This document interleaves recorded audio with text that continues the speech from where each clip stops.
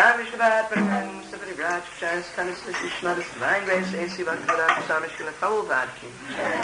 Namo Bhagavate Vasudevaya.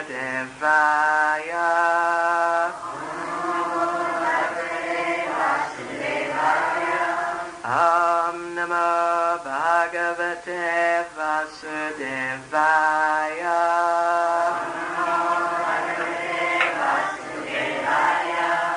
Om Namo Bhagavate Vasudevaya.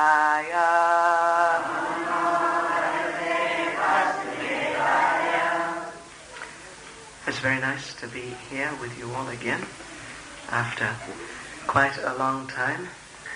And it's very nice to be here on this very auspicious occasion, the appearance day of Lord Balarama.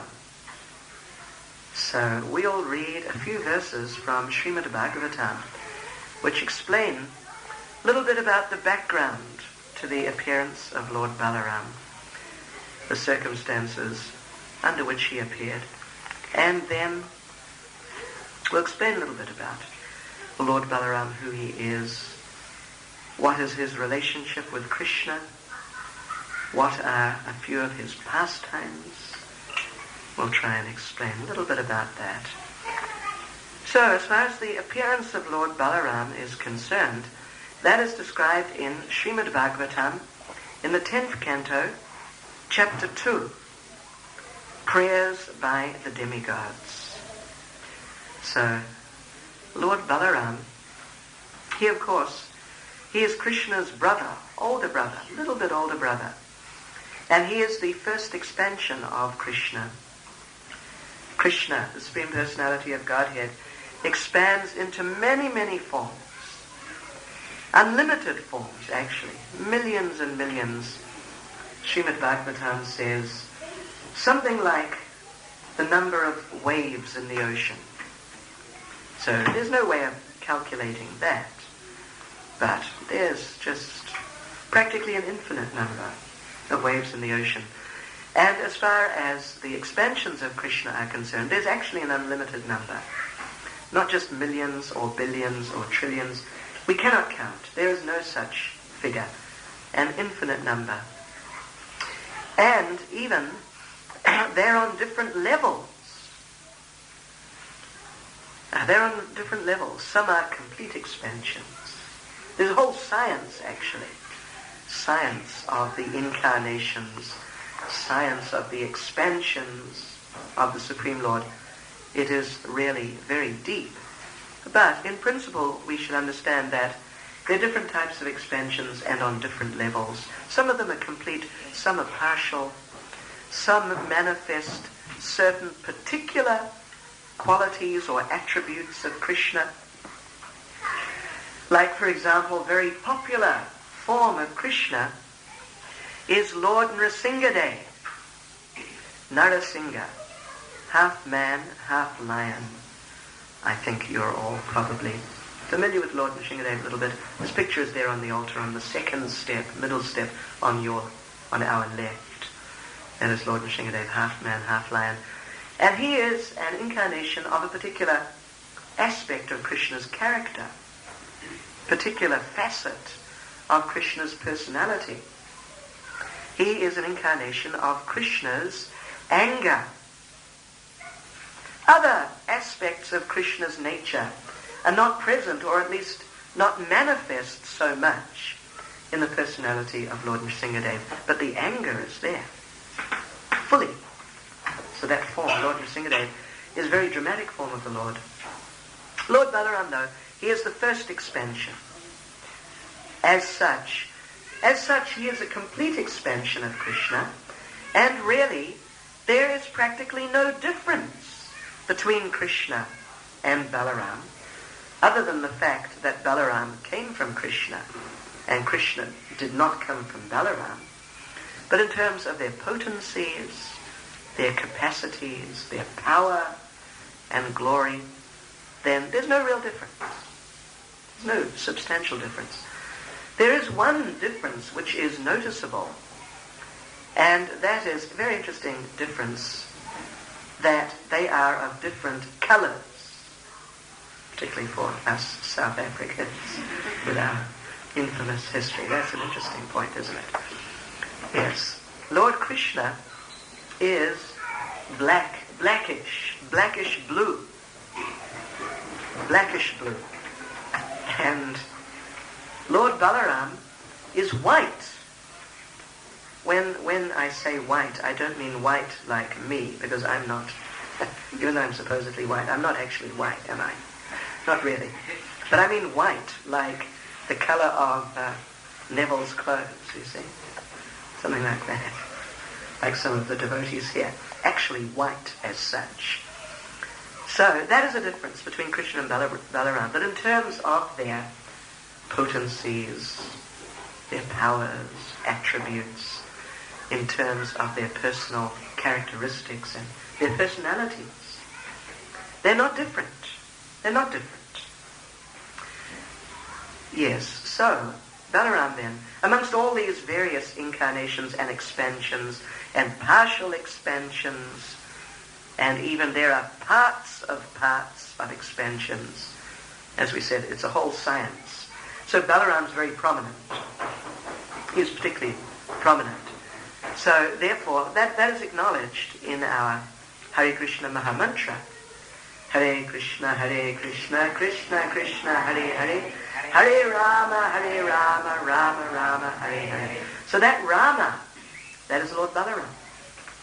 Also, it can be taken to be Lord Ramachandra, the husband of Sita, but certainly that can be taken... Are we under attack? Certainly that can be taken to be Lord Balaram. Actually, strictly speaking, Lord Balaram's position is superior to that of Lord Ramachandra.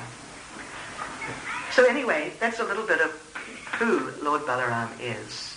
A very, very important person and extremely prominent amongst the different expansions and forms of Krishna. So, when Krishna appeared 5,000 years ago, in fact, for that matter, any time that Krishna appears in any form, then Lord Balaram appears with him. Like when Krishna appeared as Lord Ram, then Lord Balaram appeared as Lakshman. And more recently, most recently, when Krishna appeared as Lord Chaitanya, then Lord Balaram appeared as Lord Nityananda. And again, very intimate relationship, very close relationship. Like brothers, transcendental brothers, spiritual brothers, but not ordinary brothers. They're both forms of the Supreme Lord. So, here we'll read a few verses then from the second chapter of the 10th canto of Srimad Bhagavatam, which explains how Lord Balaram appeared. Krishna was to appear as the seventh son, or eighth son, actually. Eighth son of Vasudeva and Devaki. But Devaki's brother Kamsa, he had heard a prediction that that eighth child would kill him. So therefore he imprisoned Vasudeva and Devaki. And every year in the prison they had a child. And Kamsa, who was a great demon, killed all those children, one after the other. First of all, he killed the first 6. Then Lord Balaram entered the womb of Devaki to be the 7th child. So what happened then is interesting. That's what we'll read about. So I'm going to start reading from verse 4 of the second chapter of the 10th canto. First couple of verses, I'll read the Sanskrit too, and then we'll just read the translations. Ekitam anurundha na gyataya paryupasate hateshu shatsu baleshu devakya ograseni na saptamo vaishnavam dama yamanantam prachakshate garbo babuva devakya harshashoka vivardhana.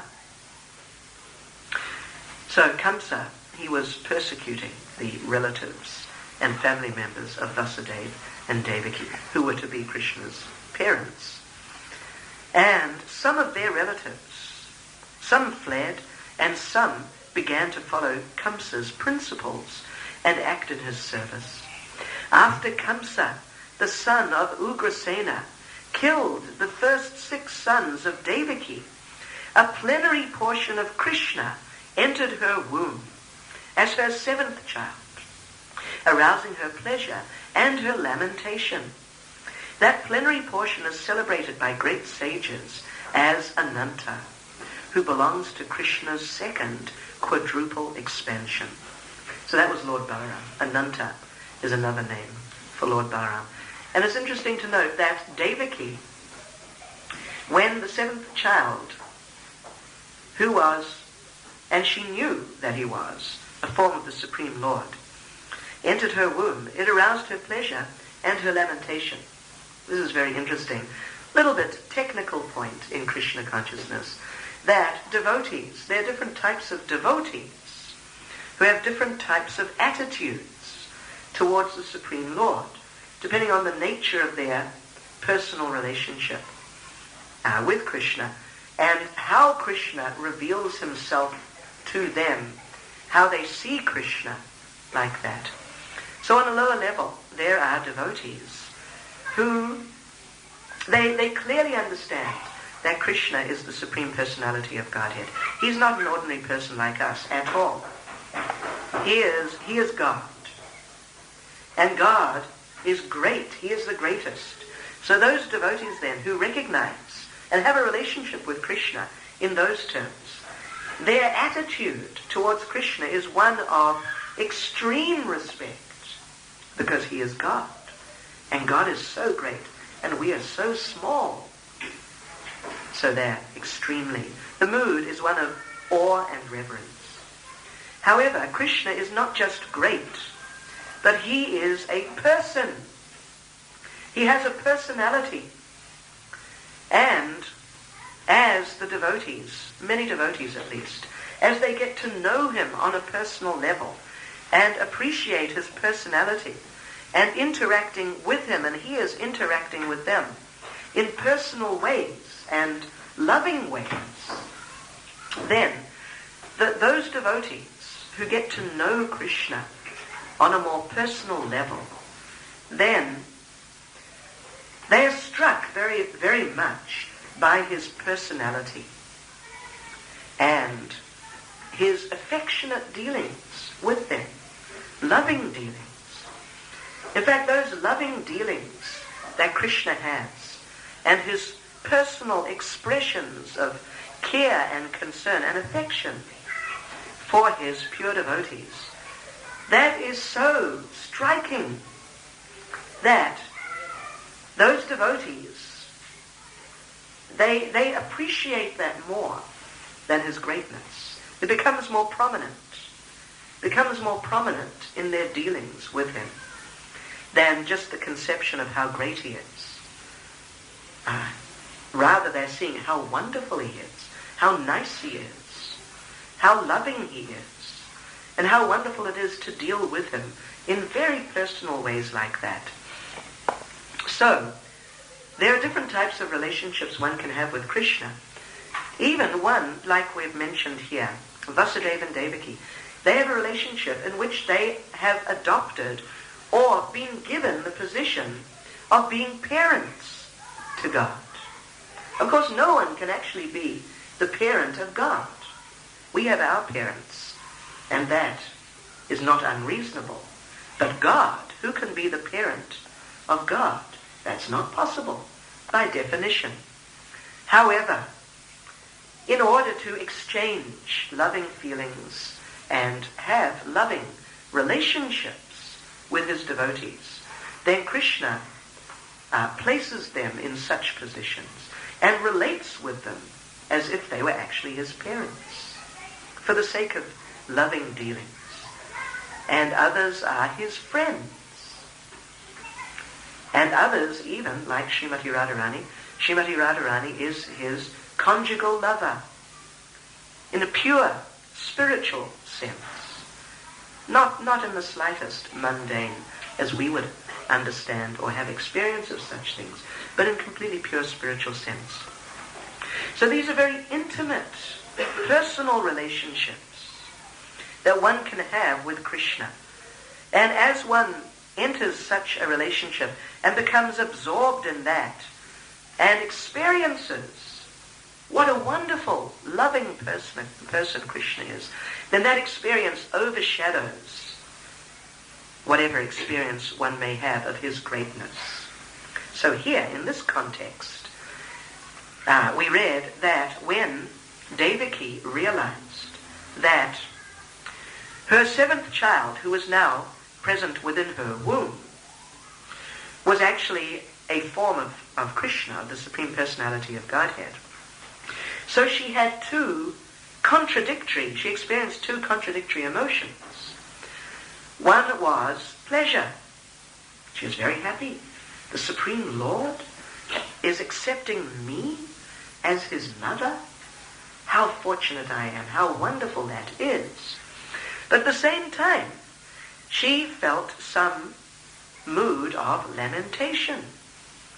That is in the mood of mother, in the more like strict sense of being mother, that any mother, if she knows that there is some threat to her child, she'll naturally feel very concerned and lament. So, in one sense, understanding that this seventh child is the Supreme Lord, she thought this is very wonderful, appreciating her good fortune. But in another sense, so that is in the mood of awe and reverence and respect for God. But then in the mood of mother, she felt some maternal concern.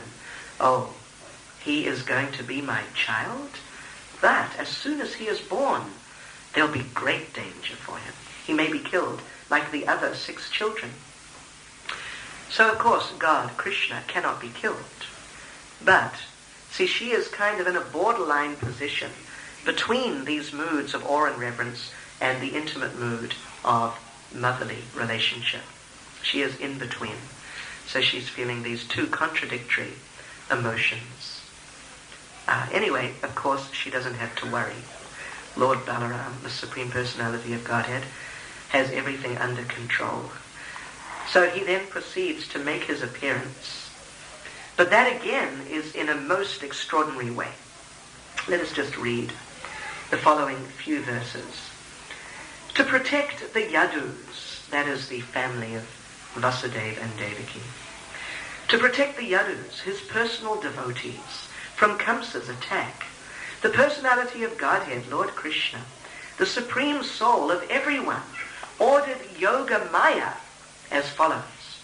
Yoga Maya is the personal spiritual energy of the Lord, who makes arrangements and facilitates different pastimes of the Lord.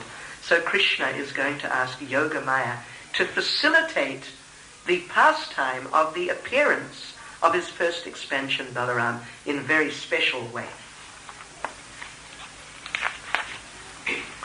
The Lord ordered Yoga Maya, "O my potency, who are worshipable for the entire world, and whose nature is to bestow good fortune upon all living entities, go to Vraja, where there live many cowherd men and their wives.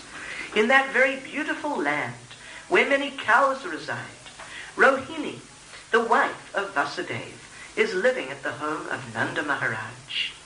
Other wives of Vasudeva are also living there incognito, because of fear of Kamsa. Please go there." Of course, there's another interesting point here. Vasudeva and his wife Devaki are in prison. But as it happens, Vasudeva has more than one wife. Yes. In fact, he has a number of wives. In Vedic times, this is not terribly unusual.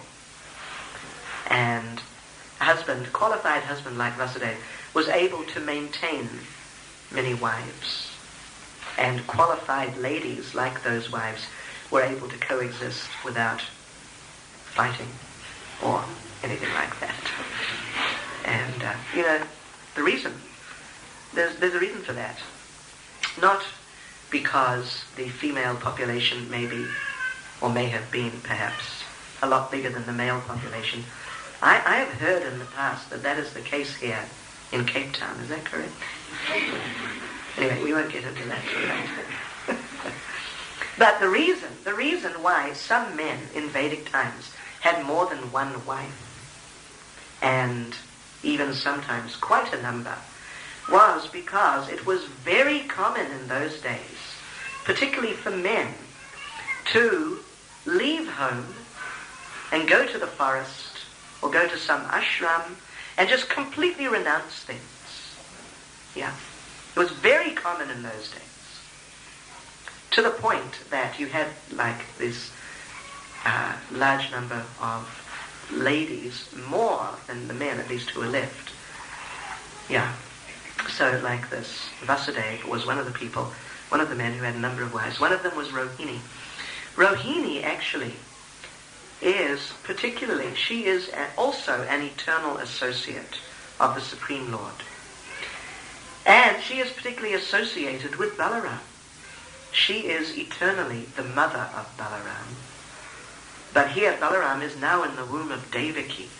So how will it work out that he will appear as the son of Rohini, which is their relationship, and how it always works? So, Krishna discusses this here then with Yogamaya.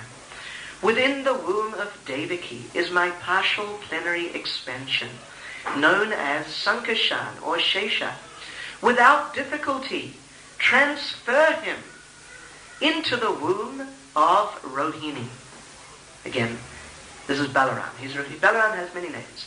Here he's referred to as Sankashan, Shesha, previously as Ananta. These are all names for Lord Balarama. Okay, so now let us see. Again, Krishna is addressing Yogamaya. The son of Rohini will be celebrated as Sankashan because of being sent from the womb of Devaki to the womb of Rohini. He will be called Rama because of his ability to please all the inhabitants of Gokula. And he will be known as Balabhadra because of his extensive physical strength. Yes. So, Yogamaya is going to arrange the transfer of Balarama from the womb of Devaki into the womb of Rohini.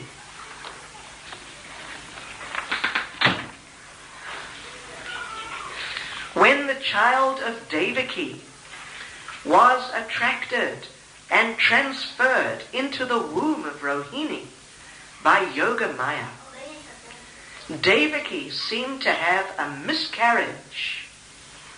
Thus all the inhabitants of the palace loudly lamented, "Alas, Devaki has lost her child." So, this is something of a detail, but it's a very interesting detail. How? Because Lord Balarama is eternally accepting that role as if he were the son of Rohini. So, even though he initially appeared in the womb of Devaki, but Yogamaya, the Lord's spiritual energy, arranged for him to be transferred into the womb of Rohini, and thus it appeared that the 7th pregnancy of Devaki had mysteriously, very mysteriously, ended in a miscarriage. And mysteriously, Rohini suddenly became pregnant and almost immediately gave birth to a son, Balarama. Yeah, he's known as Sankashan, to the point that he quickly left the womb of Devaki and then entered the womb of Rohini. So Lord Balarama then, he appeared as Krishna's older brother. They're both incarnations of the Supreme Lord. They're both the Supreme Personality of Godhead directly. But they are relating together as brothers. And as Krishna and Balarama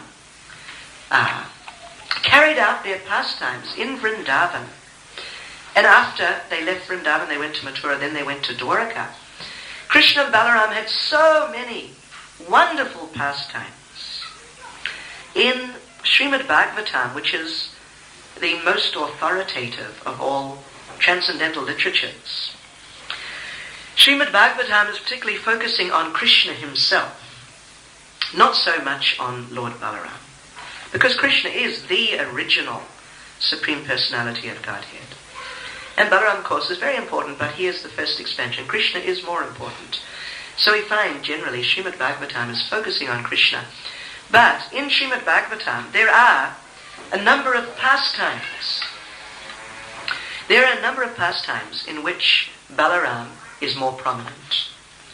And we could just mention a few of these this evening. For example, when Krishna and Balaram were living in Vrindavan, that means up till they were about 11 years old or so. So, during that period of time, many demons came to kill, particularly to kill Krishna and Balaram. But generally, Krishna was the focus of most of the attention. So many demons came, practically every day. Here in the 10th canto of Srimad Bhagavatam, there is description of about 22 such demons who came one after the other. There was more. There was a lot more. But the Bhagavatam is particularly describing the main ones. Now, out of that 22 or so, 20 of them were killed by Krishna. And 2 of them were killed by Balaram. The 2 who were killed by Balaram, one was Dhenukasura. He was, believe it or not, in the form of a gigantic donkey. Yes. Mystical demon. Able to assume, through mystical powers, able to assume any type of form at will. So he had assumed that form. Gigantic mystical donkey. Then the other demon killed by Lord Balaram, as described in Srimad Bhagavatam, killed in Vrindavan, that was Pralambasura. So then, outside of Vrindavan, pastimes that Lord Balaram is more prominent in, they are pastimes like, for example,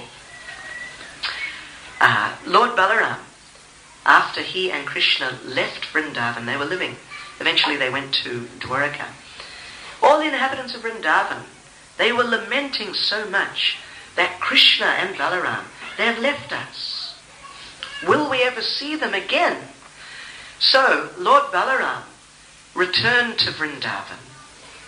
There's a very nice chapter in the 10th canto of Srimad Bhagavatam which describes Lord Balaram's return to Vrindavan and how he interacts with the inhabitants of Vrindavan and reminds them of Krishna.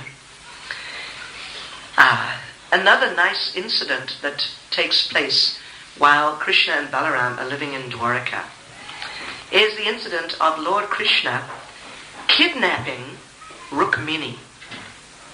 Rukmini is one of the wives of Krishna. In fact, she is the chief wife of Krishna in Dwaraka.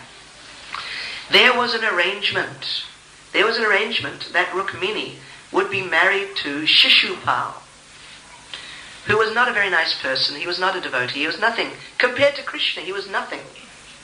Or extremely little. And actually he was a demon also. So Rukmini, who was a great devotee, she had no interest in marrying Shishupal, but she was being forced, particularly by her brother, Rukmi. And by the influence of Rukmi, her father also was forcing her. And there was nothing she could do. But she appealed to Krishna, please save me from this. And I want to marry you. So Krishna came, and he kidnapped her right out of the wedding arena. It was very dramatic and very thrilling. Yes. In fact, believe it or not, there are a few believe it or nots. There's always a few believe it or nots to do with Krishna. So believe it or not, this is an official style of marriage, according to the Vedic system, kidnapping. Now we don't want to encourage anything.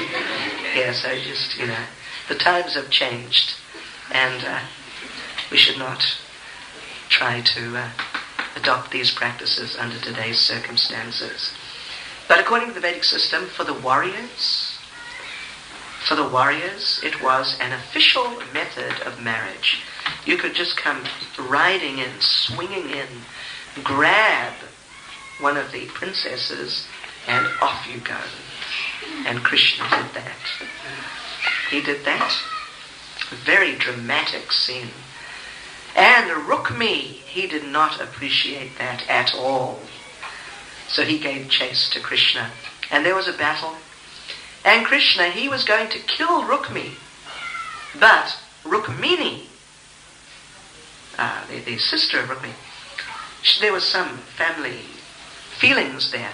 And so she didn't want that. And Krishna, recognizing that, Krishna decided not to kill Rukmi. But he decided to have a little fun at Rukmi's expense. So he decided to give him a, maybe you could say something like an avant-garde haircut.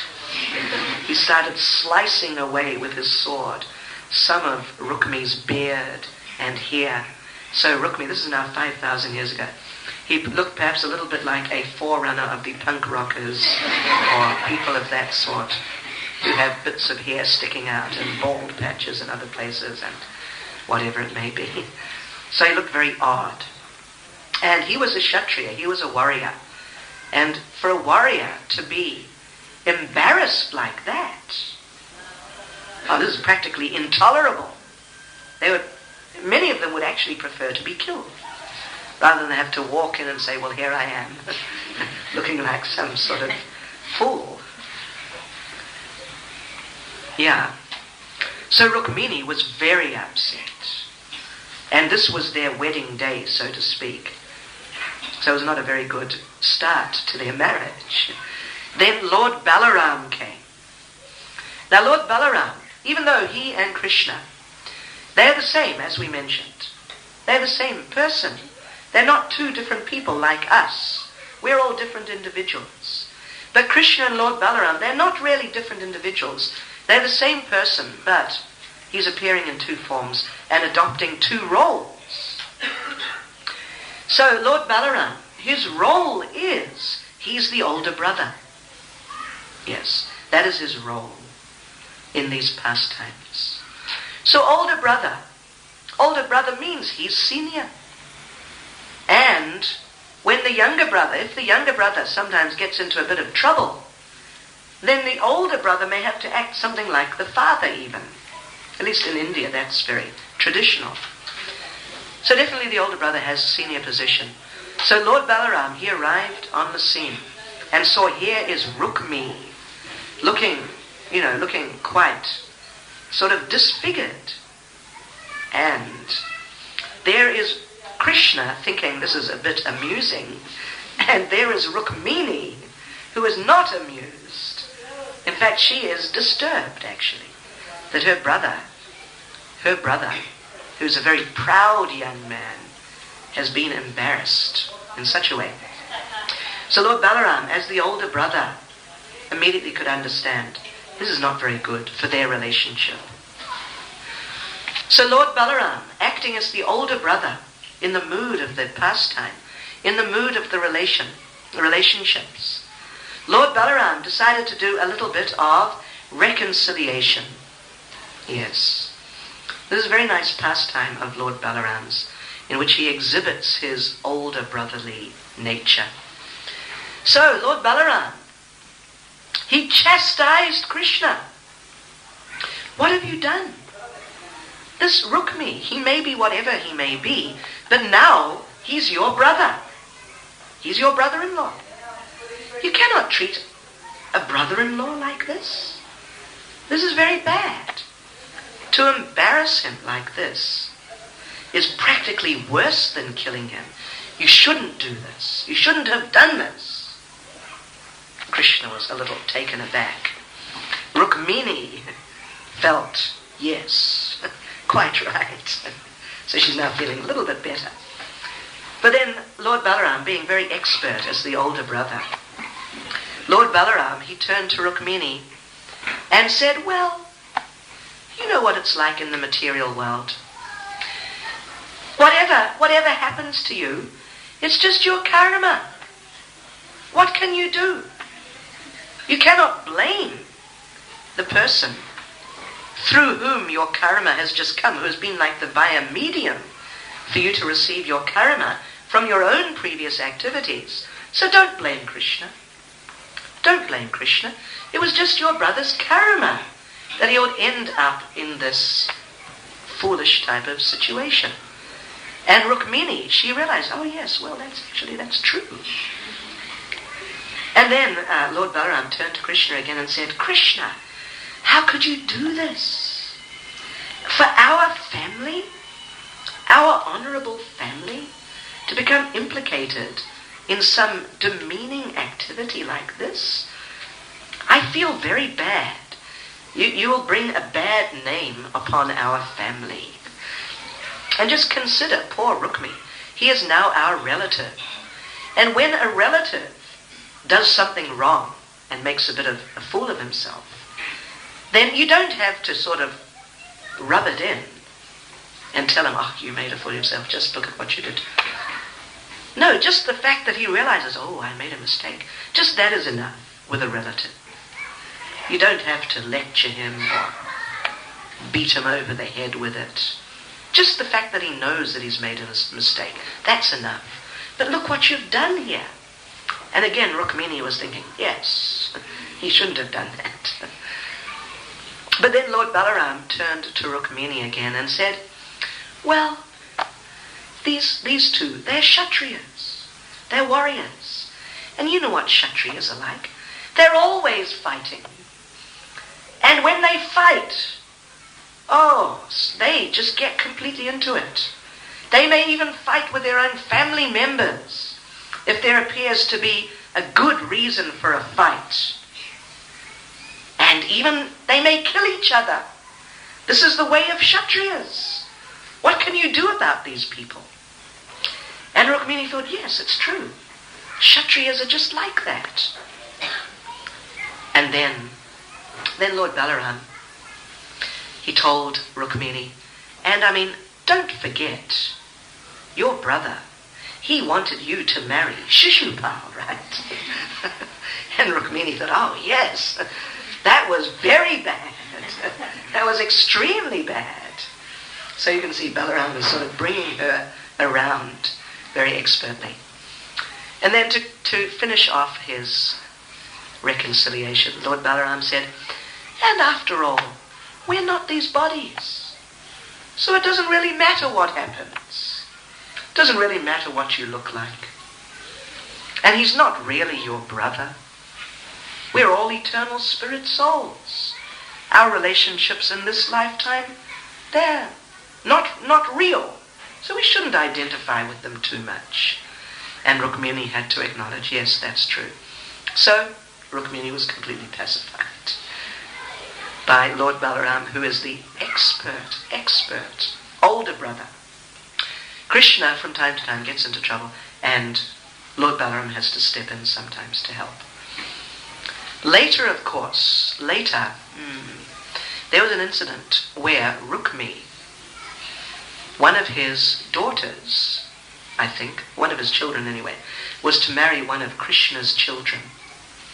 Even though Rukmi hated Krishna, and he could never get over this, how Krishna came and kidnapped his sister and embarrassed him like that. It was just too much. He couldn't get over it. But still, out of affection for his sister, he allowed this to happen, that one of his children marry one of her children. But there,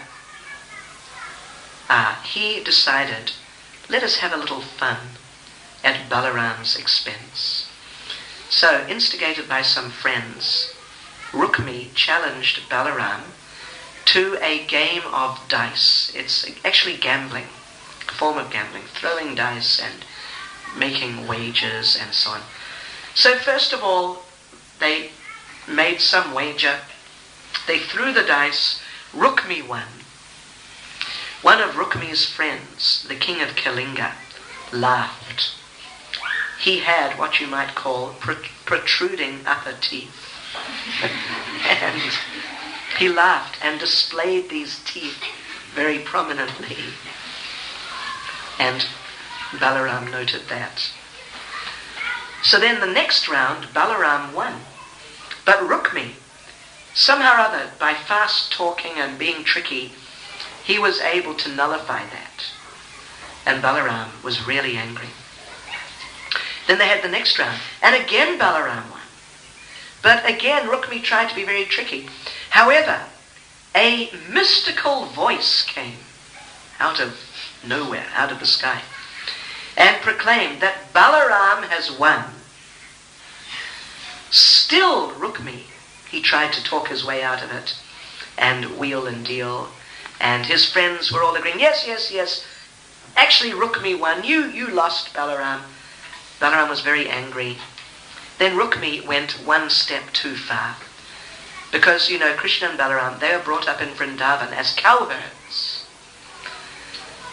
And although now they're in a royal family, and very prominent, extremely prominent in the royal order, but still their background was that they were brought up in cowherding family, which is lower than the royal order.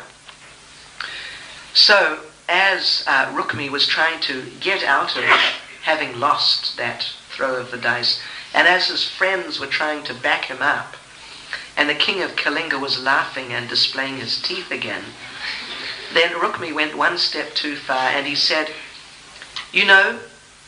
I understand you're expert at herding cows, so maybe you should just go back to doing that, and leaves these types of activities for us members of the royal order. Why don't you do that? So he was trying to insult Lord Balaram. That was too much. So Lord Balaram picked up his club and smashed him on the head. And that was the end of Rukmi. Goodbye, Rukmi. And then the king of Kalinga, he decided, better make a speedy exit. So he ran. The Lord Balaram ran after him, grabbed him, and smashed out his teeth with his club, all of his teeth. Then Lord Balaram smashed all the friends of Rukmi. When Rukmini saw her brother being killed like that, because there was some family attachment, in a sense, she was quite distressed. Krishna was there. Krishna very carefully displayed no emotion, neither in favor of Rukmi having been killed. In other words, he didn't act like he was supporting Balaram, neither displaying any type of dissatisfaction as if he was supporting Rukmini. He just remained nonchalant. So here's Balaram again. Balaram, that name, Bala means strength, and Rama means spiritual pleasure. He is the great source of spiritual strength, of all types of strength, actually, and all types of pleasure, but particularly spiritual. That is Lord Balaram. So Lord Balaram, he's a very interesting character. There are many things. There are all these other pastimes that I mentioned also that we could talk about. But there's another very important point I want to make about Lord Balaram. That is about the type of relationship he has with Krishna. Now, as we said, he is the first expansion. He is directly Krishna. There's practically no difference at all. And he is the first expansion, and he acts in the role, generally, of elder brother. Not always elder brother, sometimes younger brother. As I said, when Krishna appears as Ram, Balaram appears as Lakshman. And Lakshman is the younger brother, the first brother. There are others. He's the first brother, but he's younger brother. And there's some interesting stories to do with that. That Lakshman, when he and Ram were having their pastimes, then they went out into the forest for some time. One time, Sita saw a deer, very beautiful deer. She asked Ram, please catch it. I would like it as a pet. So Ram went to catch the deer, but actually it was a mystical demon who wanted to lure Ram away so that Ravana could kidnap Sita. So Ram went to catch the deer and told Lakshman, you stay here and guard Sita. So after Ram had been lured some way away, that mystical deer called out, imitating the voice of Ram, saying, Lakshman, help! Please come immediately, help me. But it wasn't Ram. So Lakshman heard that and thought, oh, and Sita also, something has happened to Ram. So Sita told Lakshman, you must go immediately and save Ram. Lakshman said, but no, I gave my word I would stay and guard you. But Sita was insisting, you have to go. Or is it that you want him to die so you can have me? What a situation. So Lakshman was really caught. So then he thought, all right, I'll just go. And then Ravan came and kidnapped Sita. So when they came back, he and Ram came back, Sita was not there. And Ram got so angry with Lakshman for disobeying him. And Lakshman was thinking, what am I meant to do? I'm the younger brother. First of all, I have to stay and protect Sita. I can't say no. And then when she orders me to go, I have to go. So either way, I lose. So he was thinking, being the younger brother is no good. Then later, when Ram rescued Sita, then there was some doubt about Sita, in the sense that she had been living there in the palace of Ravana for some months. And Ram, he wanted her, she offered to prove her chastity and purity. She offered to walk through fire to prove that she was completely untainted, despite having lived there for some time. So Ram agreed, all right. And then he told Lakshman, you build the fire and make sure it's a good fire. So he had to build the fire and light the fire. And all the time he was thinking, why me? It's because I'm the younger brother. Then later, right at the end, Ram decided to banish Sita. So what did he do? He told Lakshman, just take her out into the forest, leave her there. And Lakshman said, well, she's not going to go with me if I tell her that I'm just going to leave her there. So Ram said, no problem, don't tell her. Just say that, let's go for a ride in the forest. And then when you get out there, then you leave her there. But Lakshman said, well, she won't get off the chariot if I tell her I'm just going to leave her there. Ram said, no problem, don't tell her. just tell her to go have a walk in the forest and then just go. And again, Lakshman was thinking, why me? Why do I have to do all these things? It's because I'm the younger brother, that's why. So then Lakshman took a vow. Next time, I will not be the younger brother. Next time, I will be the older brother. So then he appeared as Balarama. So in their relationship, their very special relationship actually, is very, very interesting that even though Balarama, he is the immediate first expansion of Krishna, who is the original Supreme Personality of Godhead. There's no one above or beyond him. So how great is Balarama? He's very great. Very great. And so worthy of worship.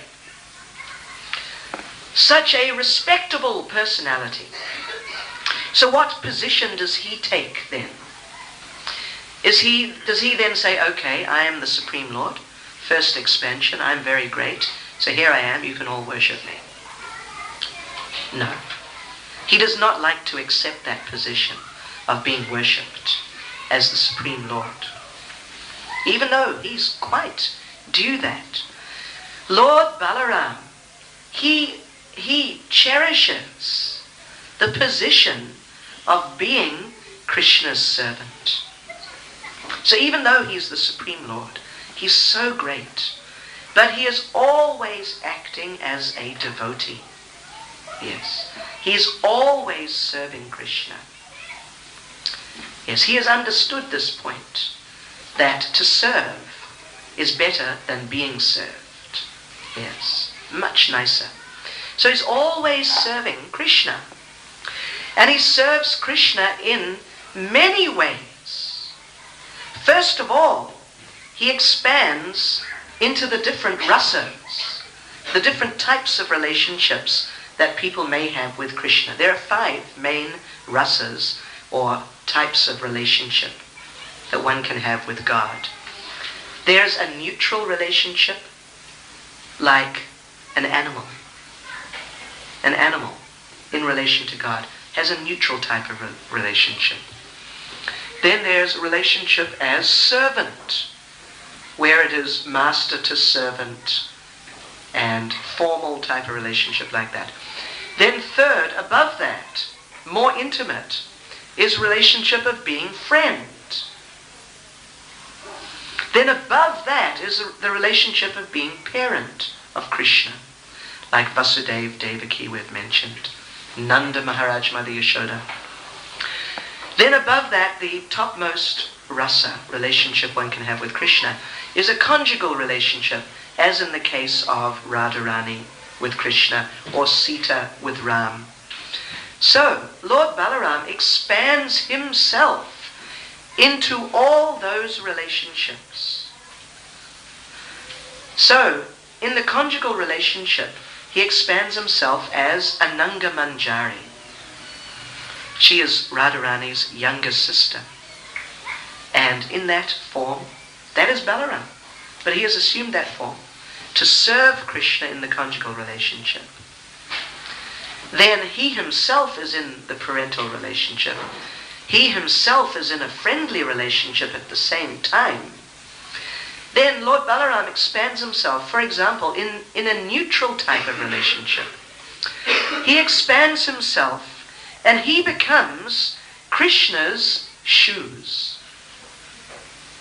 So he always gets Krishna's lotus feet on his head. He expands himself as Krishna's clothes, as Krishna's Brahman thread, as Krishna's bed, as Krishna's chair, as Krishna's house, and even as the Goloka Vrindavan planet. It's very amazing. He wants to serve Krishna. So he's assuming all these forms to serve Krishna in different ways. Then he expands himself into Sankashan and Mahasankashan in the Vaikuntha realm. That is another part of the spiritual kingdom. And there he expands himself as Ananta. And he supports all the spiritual planets. So that Krishna, when he expands himself to enjoy pastimes on all those different spiritual planets, then they're being supported by Balaram. Then he expands himself again as Mahavishnu, from who this whole material realm comes. Then Mahavishnu expands himself as Garbhodakshaya Vishnu. He is within each universe. Then Garbhodakshaya Vishnu expands himself as Kshirodakshaya Vishnu, who is the super soul in the heart of every living entity. And actually, Andantarasta Paramanu Chayantarastam, Lord Brahma says, the super soul is within every atom in this material world. And then on top of that, he expands himself as Shesha in the material world, and he supports all the universes. So just see, Lord Balaram is doing quite a bit of service, right, for Krishna. And that's what he enjoys. He doesn't want to stand around being God with all people coming and saying, "Oh, you're God, how wonderful you are. Let me bow down before you." He doesn't like that. He wants to get into it and do some service. Yes. Because that position of being the servant is the most wonderful position. He is the Supreme Lord. He has to accept everyone's service. However, there's a very nice description given in Chaitanya Charitamrita that when Lord Krishna, after having performed his pastimes here 5,000 years ago, when Lord Krishna went back to Goloka Vrindavan, Krishna was remembering all the different pastimes and different experiences he had while he was here on this planet, performing his pastimes.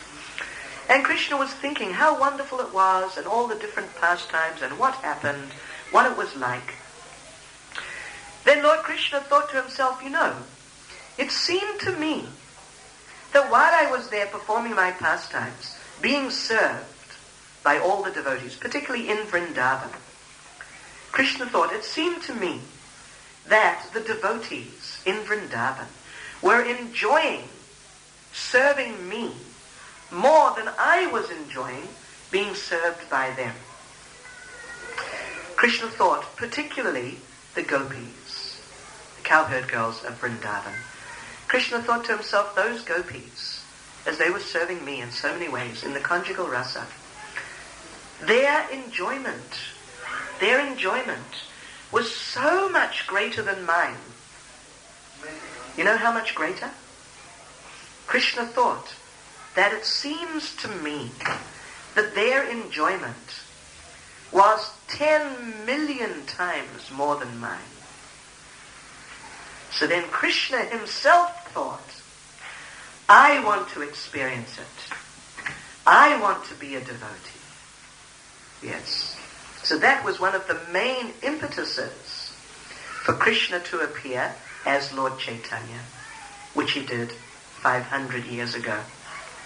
Yes. So then Krishna, being inspired in that way, as Lord Balaram is always inspired, Krishna appeared as Lord Chaitanya and himself took the role of devotee. But then Lord Balaram appeared also as Lord Nityananda. And as Lord Nityananda, he is the greatest devotee of Lord Chaitanya. Oh yes. So this is a very interesting point about Lord Balaram. He is the leader of the devotees. Lord Balaram is considered the original spiritual master because he is always with Krishna. Whenever Krishna appears, Balaram is always there. And very close, very intimate connection between the two. So Lord Balaram is known as the original spiritual master because he knows Krishna so well. He knows everything about Krishna. So he's the original spiritual master. He's the original authority about Krishna. And spiritual masters in the line of disciplic succession, in our line, in our parampara, they are taken to be representatives of Balarama. That through serving the spiritual master, or you could say through serving Lord Balaram through the line of spiritual masters who represent him, through serving Lord Balaram like that, then one gets that spiritual strength and one gets that spiritual pleasure which is there in devotional service. That spiritual strength to continue on and to advance even despite the fact that this material world is sometimes very difficult. And the spiritual pleasure that comes when you render devotional service, despite the fact that you're in the material world, and the material world is very material. And everyone is very materialistic, and the whole atmosphere is saturated with this non-spiritual energy. But by being connected through disciplic succession with Lord Balaram, the original spiritual master and original devotee, one gets that strength and one gets that spiritual pleasure by his mercy to be nicely situated. If one applies oneself very nicely, one can become nicely situated in Krishna consciousness, even here in this material world. And despite all the problems and difficulties of life in this material world. So, we owe a lot to Lord Balaram then. And today is his appearance day. We should try and remember him, try and understand him a little bit, try and understand our debt to him, you could say, or our dependency upon him. He occupies a very special position within our lives in Krishna consciousness, which we often may not understand so clearly. So let's just try and remember and appreciate Lord Balaram like this, and this will be very nice. It'll enrich our Krishna consciousness. And today is his appearance day, so it's the ideal day for that. Yes. Hare Krishna. Hare Rama. Hare Rama. We could, well, we don't want to go on for too long, but we could try perhaps to answer a question or two. Okay.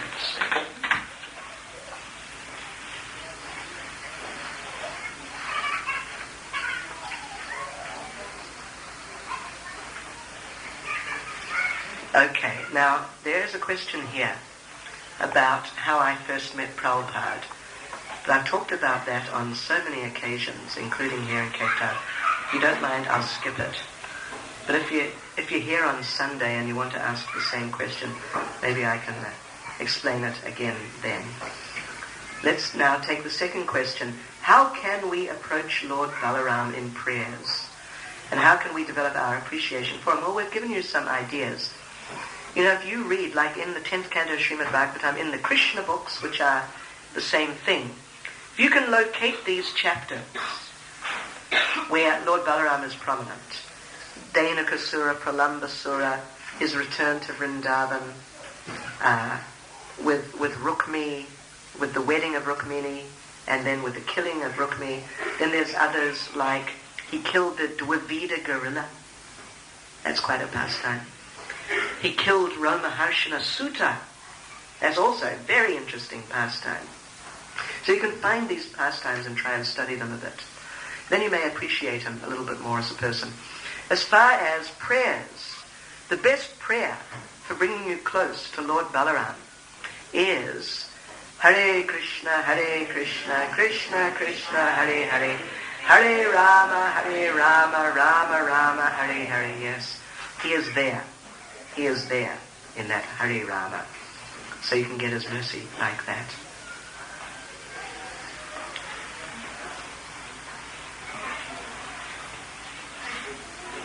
Lord Balaram is also known as Dauji. What does Dauji mean? It means older brother.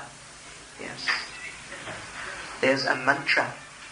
There is a mantra in Vrindavan. It's like a folk mantra. Krishna Kanaya, Dauji Kabaya. And they sing that. Yes. The Dauji means the older brother. Okay, it's getting late. I think we'll finish here. Srila Prabhupada ki jai, Sri Baladev ji ki jai. Punjabi Har